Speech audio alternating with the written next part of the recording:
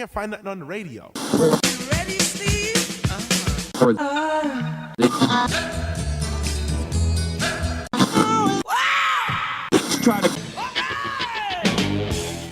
Welcome to Songology. He's Bruce.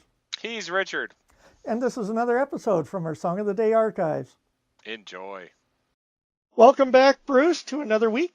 What do we have this week and why? Well, following on our discussion of the Outlaws, and known as the Florida Guitar Army for their 3-lead guitar approach, I started thinking about guitar music generally and how big a part of rock music it is. And so you then start to ask yourself things like, well, where did this come from? Where exactly did all of this start? Well, might you ask that? So when did it all start? I'm glad you asked that. We're going to look this week at really a number of the major influences in rock and roll guitar, starting with Link Wray and a little song called Rumble. Link Wray was the guy who invented the electric guitar power chord. Now, not the chord that you plug into the amplifier, but the chord as in C-H-O-R-D, the thing that you play. Link Wray was a fellow from North Carolina, and he did various things as a young man, including a stint in the Army in the Korean War. He then decided he wanted to get into the music business.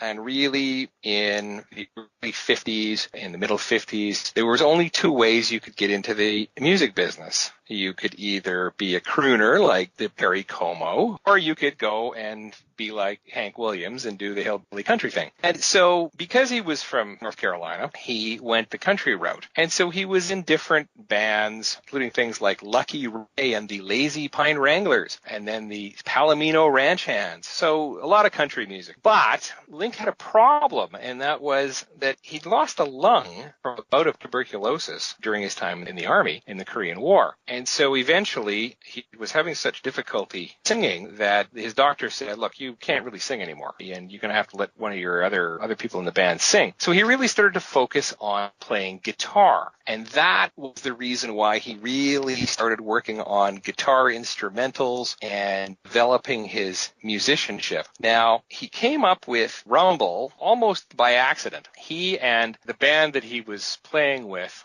which was then called Link Wray and the Wray Men, were hired to back an outfit called the Diamonds, and they were playing at a sock hop in Fredericksburg. And now, everybody knows that the term sock hop, but nobody ever remembers that actually back in the 50s, certainly, and even up into the late 60s and early 70s, when you had to dance in the gym, you actually had to take your street shoes off and dance in your socks because your street shoes marked the varnish on the wooden gym floors. So hence the term sock hop. Anyway, Link Wray and the Wray Men are backing the Diamonds, and they're supposed to play the Diamonds' hit song, The Stroll, which was a particular type of dance at the time. And Link Wray didn't know that, and so he came up with something that was unlike anything that had ever been heard before. They didn't have a name for it, and so initially they called it Oddball because it was so unusual. But the kids went absolutely nuts and insisted that it be played and replayed. They ended up playing it 4 times that night. So they dashed into the studio to record it, thinking that they had something, and they had difficulty in reproducing the sound. Now, what Ray realized was that when they were playing that night in the gym, they were playing on their small little amplifiers that they'd got from the Sears catalog, and they had them cranked up as high as they possibly could go. The tubes were practically burning, and so it sounded distorted and fuzzy and nasty, which was part of the appeal. So they couldn't really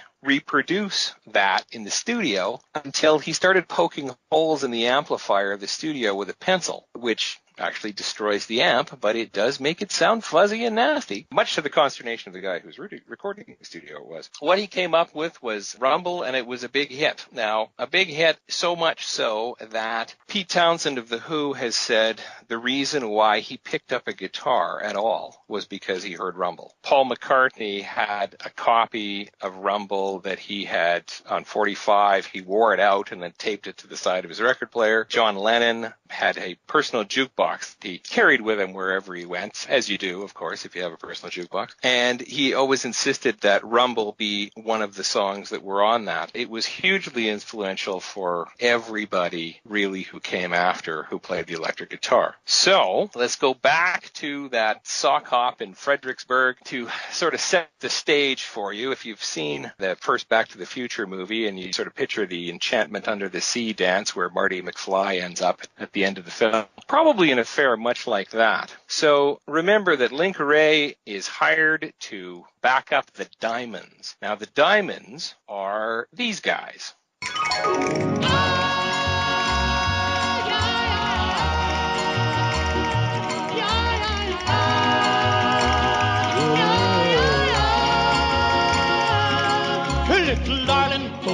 So he's hired to back up the Diamonds, and they want him to play the Stroll. Now, the Stroll is a particular musical piece, particular dance goes with it, and what it sounds like, or what it's supposed to sound like, is this.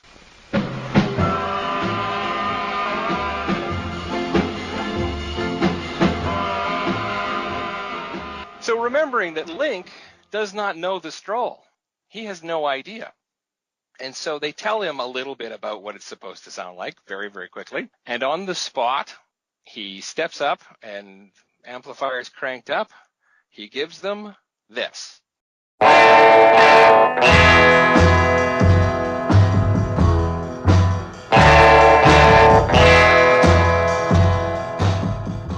Of course, I have to stop it right there while we work out the fair use rules on YouTube. Guitar Week is where Song of the Day really took off, as Bruce delved into the details of how the electric guitar moved into and changed rock and roll. I hope you enjoyed Guitar Week. Bruce has many more fascinating details behind the songs, the musicians, and the instruments of rock and roll. If you haven't already done so, please subscribe. You can visit us on Facebook, and we have our website, songology.ca. Now you have the chance to listen to the full song or move on to the next episode.